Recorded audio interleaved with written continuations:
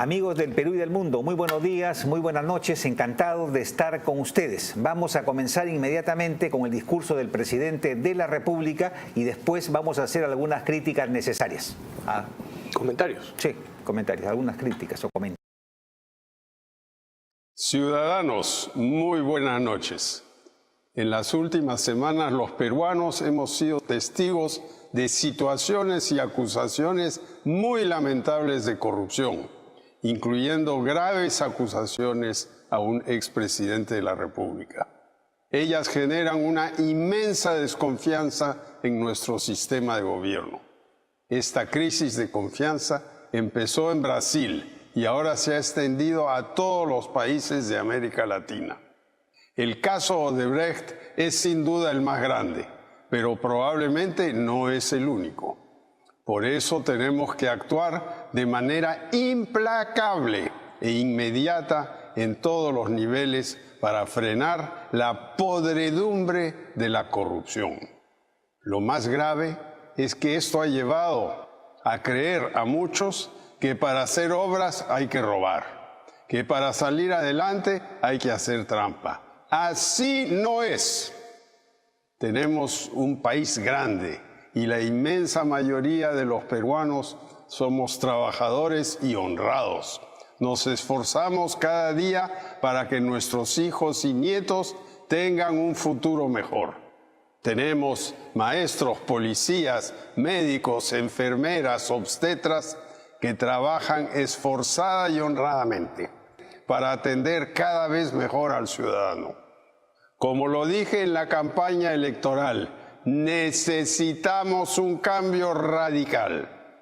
Necesitamos ordenar y limpiar la casa para poder hacer las obras que hemos prometido de manera honesta.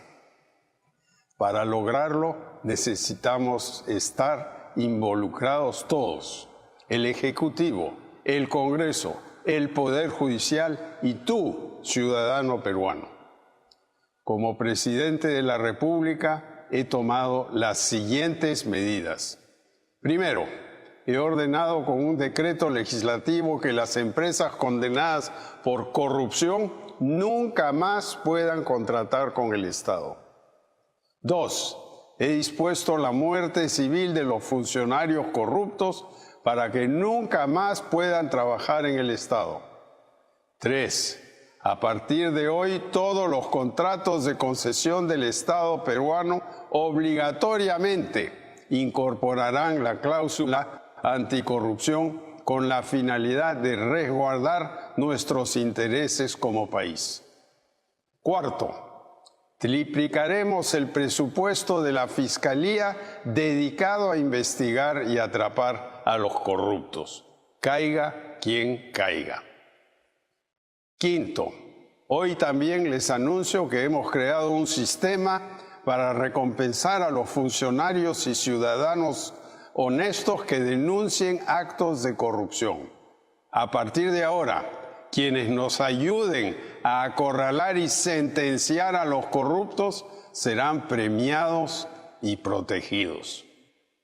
Sexto, ante el incumplimiento financiero del consorcio que entonces lideraba Odebrecht en el contrato del ducto del gas del sur, hemos cobrado la garantía por $262 millones. Con este monto, seguiremos manteniendo el proyecto mientras se licita un nuevo contrato honradamente. El gas llegará al sur, no lo duden. Séptimo, mis ministros y yo hemos publicado toda nuestra información personal a raíz de la recomendación de la Comisión de Integridad que nosotros nombramos al inicio del gobierno. Invoco a las altas autoridades de la nación a hacer lo mismo. Octavo, en relación al caso del expresidente Alejandro Toledo, hemos tomado todas las acciones que la ley nos permite a nivel nacional y en jurisdicciones internacionales como Estados Unidos y otros países para lograr que regrese al Perú a aclarar su situación frente a la justicia. Estas medidas nos permitirán enfrentar con nuevas herramientas a los corruptos y a la corrupción. Pero la gravedad de la situación que hoy vivimos amerita aún acciones más firmes. Por eso, mi gobierno ha tomado las siguientes medidas.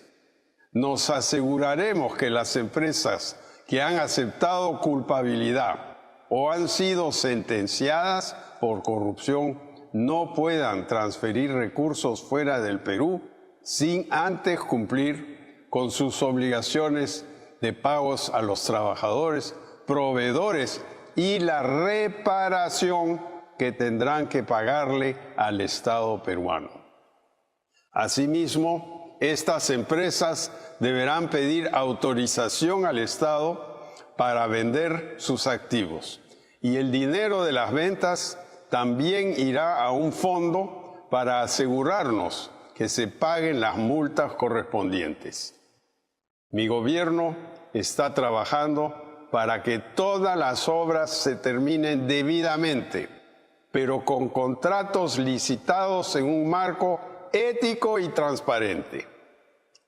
Es importante decir que según la prestigiosa revista internacional The Economist, nuestro gobierno es en América Latina el que mayor compromiso y persistencia ha demostrado en la investigación de estos hechos de corrupción.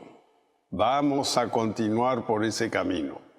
Ciudadanos, soy su presidente, un hombre que ha trabajado casi 60 años y que lo único que quiere es hacer un buen trabajo para nuestro país.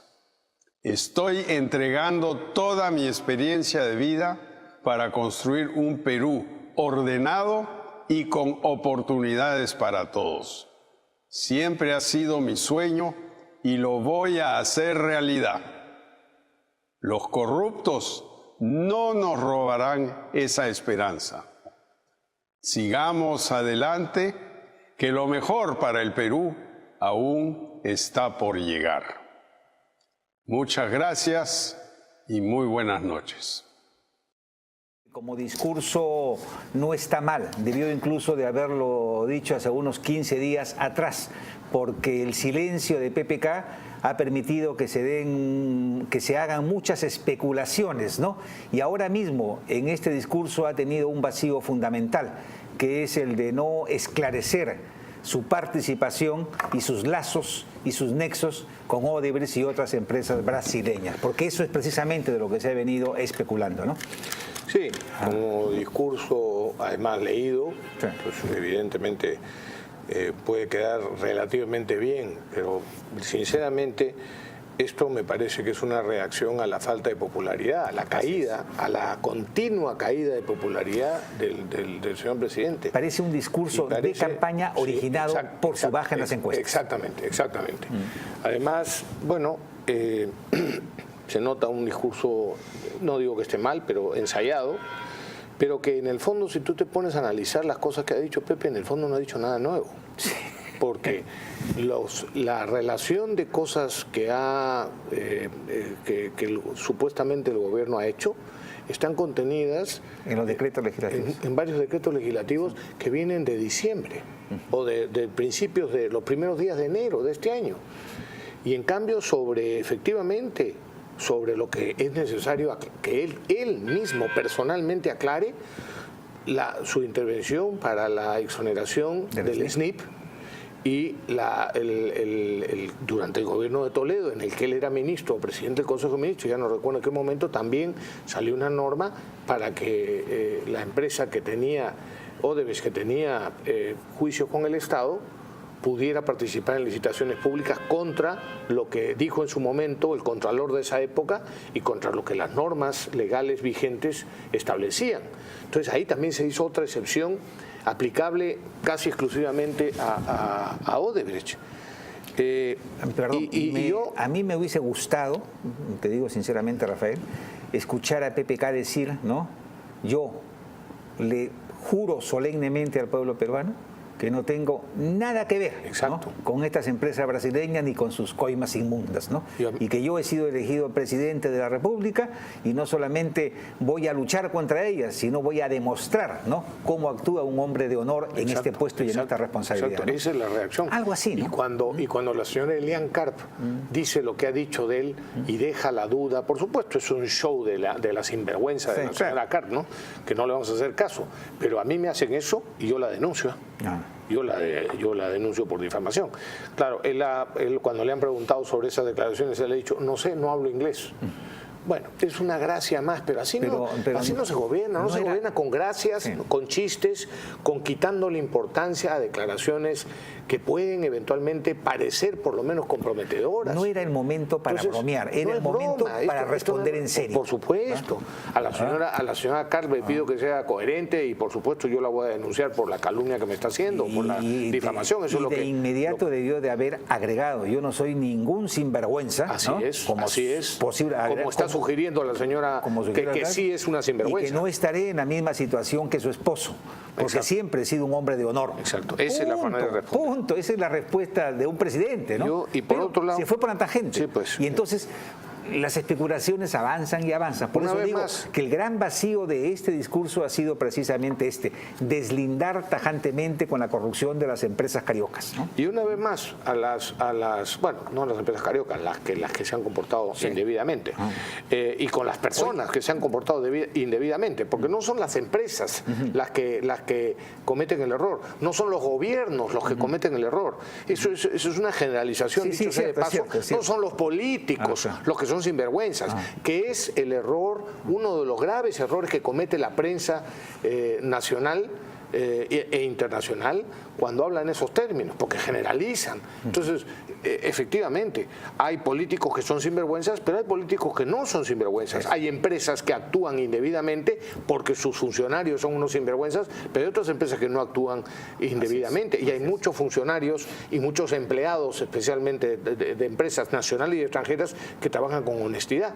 Y los gobiernos están compuestos por personas, y porque el hecho de que durante un gobierno se produzcan algunas corrupciones, exactamente, no todos los que participaron de ese gobierno significa que son unos sinvergüenzas. Porque claro, cuando tú, por ejemplo, pasas a la historia de las instituciones, hay varios o muchos jueces corruptos, pero eso no nos permite decir que no hay jueces y que no hay fiscales decentes, ¿no? Por supuesto. Uno no puede decir todos los fiscales son corruptos, todos los jueces son corruptos, no es así.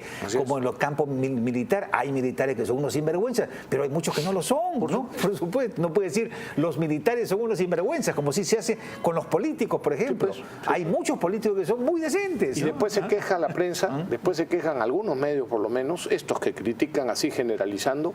No hay instituciones en el país. ¿Cómo van a haber instituciones, amigos televidentes, si la prensa, la mala prensa, la asquerosa prensa que tenemos en el Perú, es la que se encarga de desprestigiar la actividad política? Y la actividad política es sucia porque algunos la convierten en sucia o generan la imagen de suciedad, pero hay muchas otras personas que se han sacrificado y sacrifican su vida con honestidad y con decencia para adecentar la política. Pero para terminar con lo del discurso de PPK. Antes que sigas con el discurso de PPK, porque vale la atingencia que has hecho sobre la supuesta suciedad, ¿no? Aquí en la editorial del Comercio de la semana pasada dijeron más o menos lo mismo. Y ahora el congresista Bruce repite que el caso Odebrecht afectará a toda la clase política. Todos vamos a ser vistos como corruptos. Todos, dice, ¿no? No es así. No generalices, Carlos, no generalices. El señor Bruce y el Comercio están totalmente equivocados, ¿no? La corrupción de Odebrecht y sus compinches nacionales, que son bastantes, ¿no?, es una extraordinaria oportunidad para sanear nuestras instituciones. La política, como dice Rafael, no es sucia, ¿no? La hacen sucia, ¿no?, los demagogos y los corruptos, que son los que manchan la democracia y envilecen a los partidos políticos. Pero dentro de estas instituciones hay cientos de hombres de primerísima calidad que están demostrando una oportunidad para demostrar que sí pueden gobernar con decencia y con honradez, ¿no? Así que no hay que totalizar en las críticas y los adjetivos, y el ¿no? comentario de Bruce, claro, el señor Bruce puede estar preocupado de que esto le afecte a su imagen, que con toda razón es lógico que le afecte, porque este señor sí que trabajó muy cerca de Toledo y defendió al señor Toledo contra todo tipo de acusaciones verdaderamente fundadas que en su momento le hicieron algunas personas, entre ellas nosotros, Pepe. Sí. El tema de la falsificación de las firmas.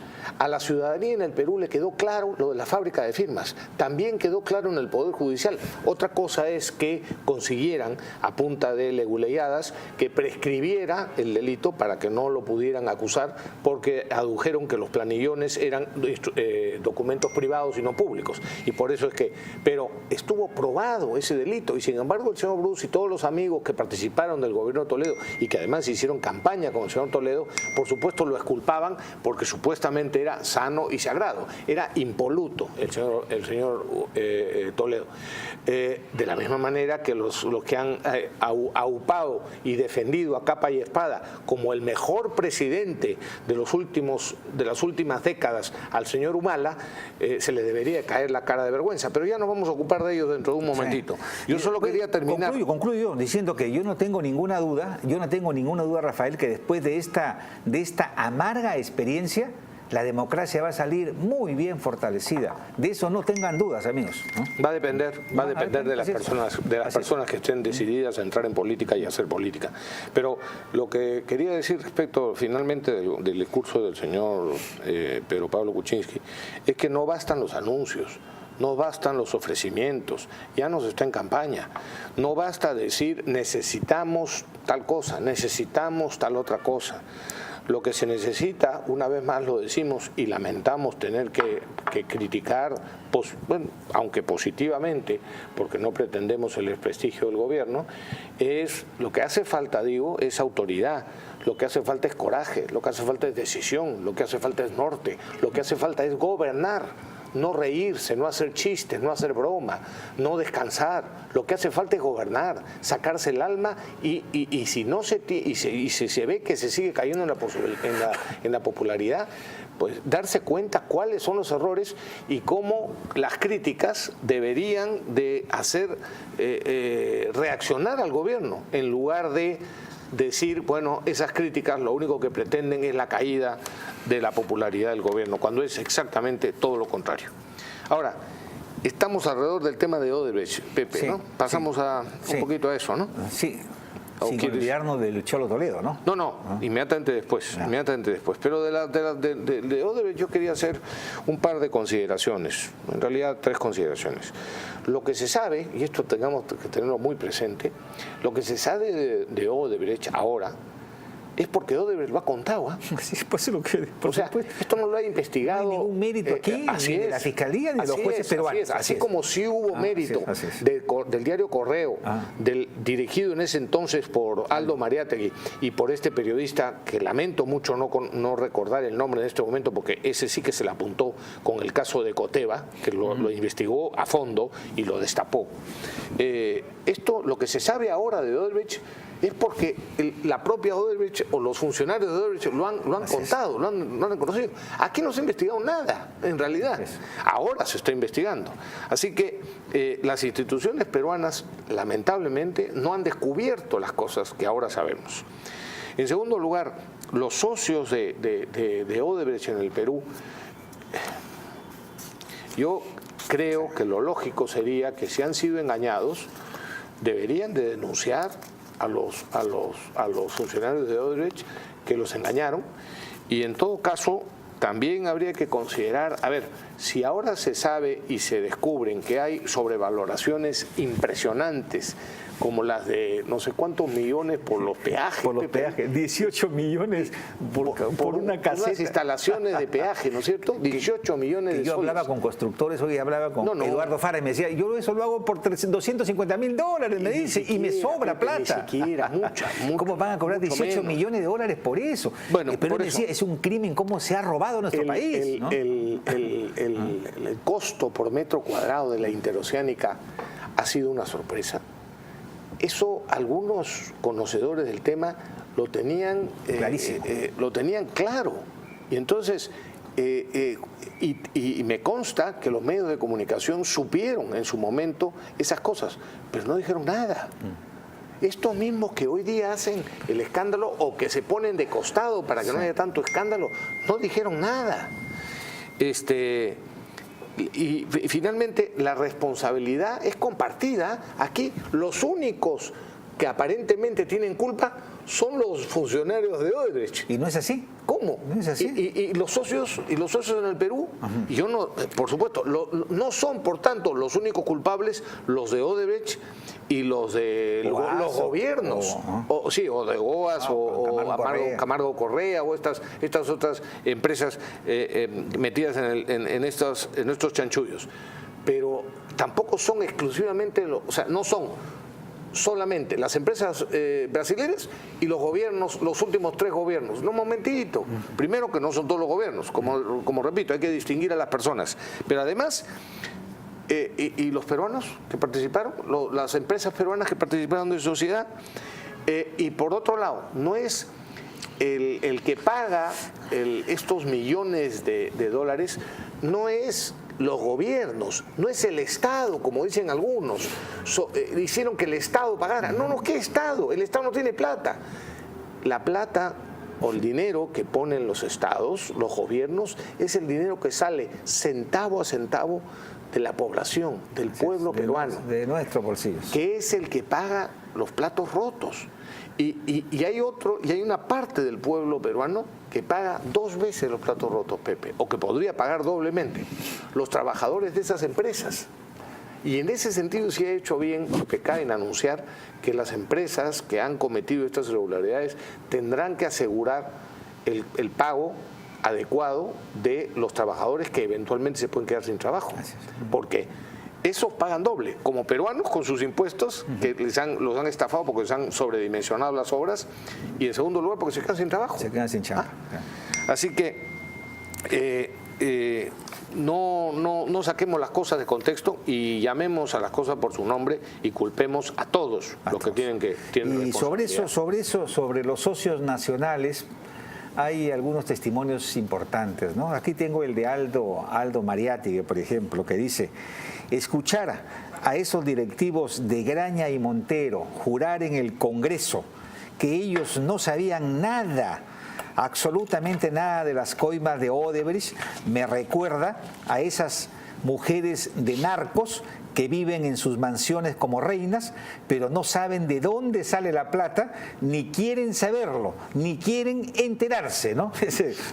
A ver, para ser justo, puede ser que efectivamente no supieran, puede ser en la ingenuidad más grande, puede ser que hayan sido engañados, pero entonces, no están capacitados para estar en el rubro. O sea, si los han engañado en esa magnitud, en esa elevación de costos y en esas trafas tan tremendas, entonces no están capacitados para estar en ese rubro de construcción.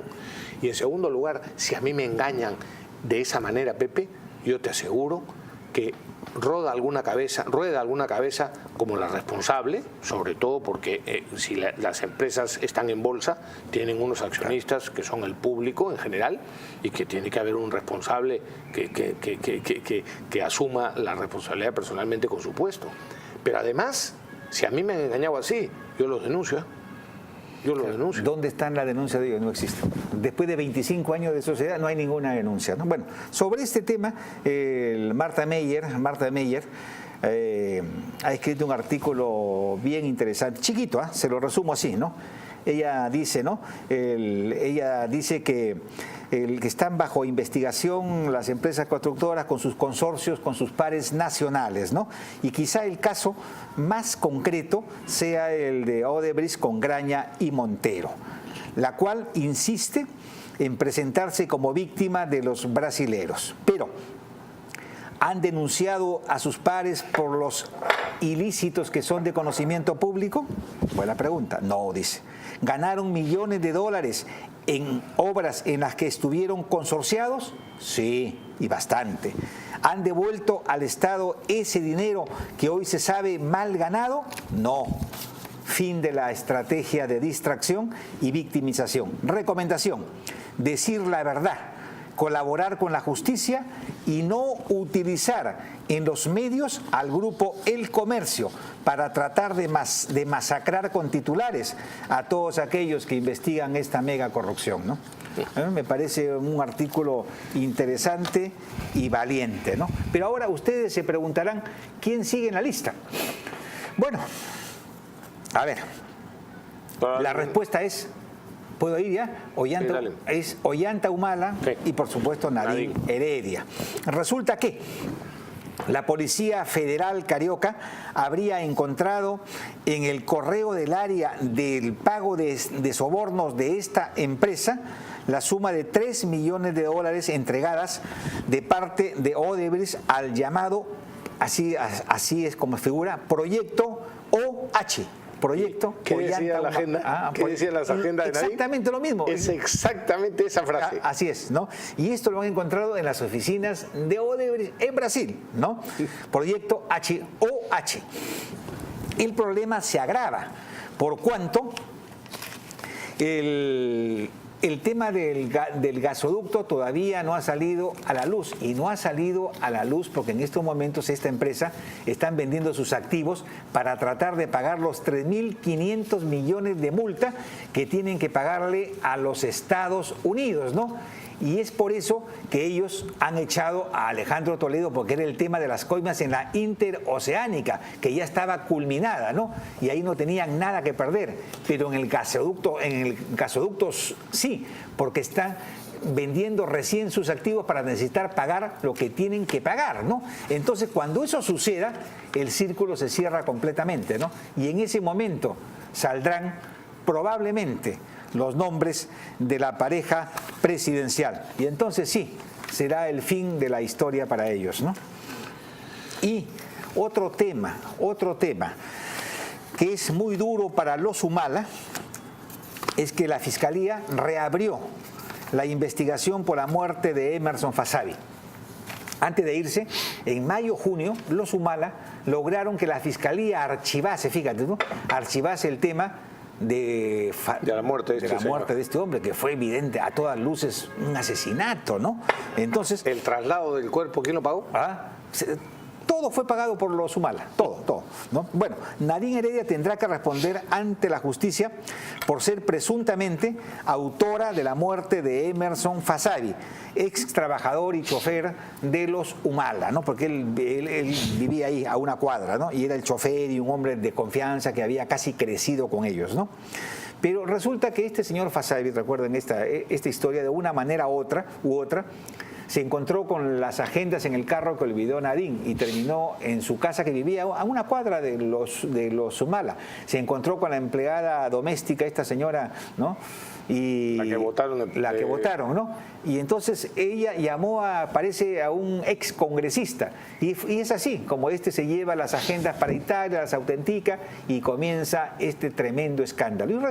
Y es probable que algunos miembros de la policía hayan ido a la casa de Emerson Fasabi, ¿no? Y esas torturas con toalla mojada que destruyen los órganos internamente y no dejan huella afuera, lo terminaron matando. Quizá accidentalmente, quizá no. El asunto es que el hombre murió, y murió de muy mala manera. Bueno, esto se ha reabierto completamente en la Fiscalía, y el cargo es por la presunta comisión de delitos contra la vida, cuerpo y salud en la modalidad de lesiones graves y homicidio calificado, ¿no? Con lo cual se decidió declarar que la resolución fiscal emitida el 30 de mayo del 2016, ¿no? Se archiva definitivamente y comienza una nueva investigación, ¿no? Así que vamos a ver qué pasa, pero esto es un asunto bastante serio, ¿eh? Bastante serio.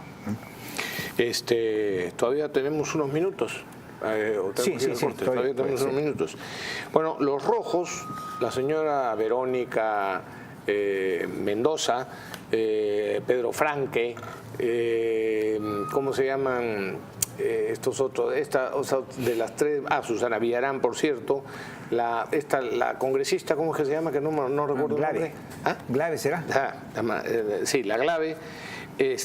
Claro, ya ahora están hasta una marcha, ¿no? Han convocado en contra de la corrupción.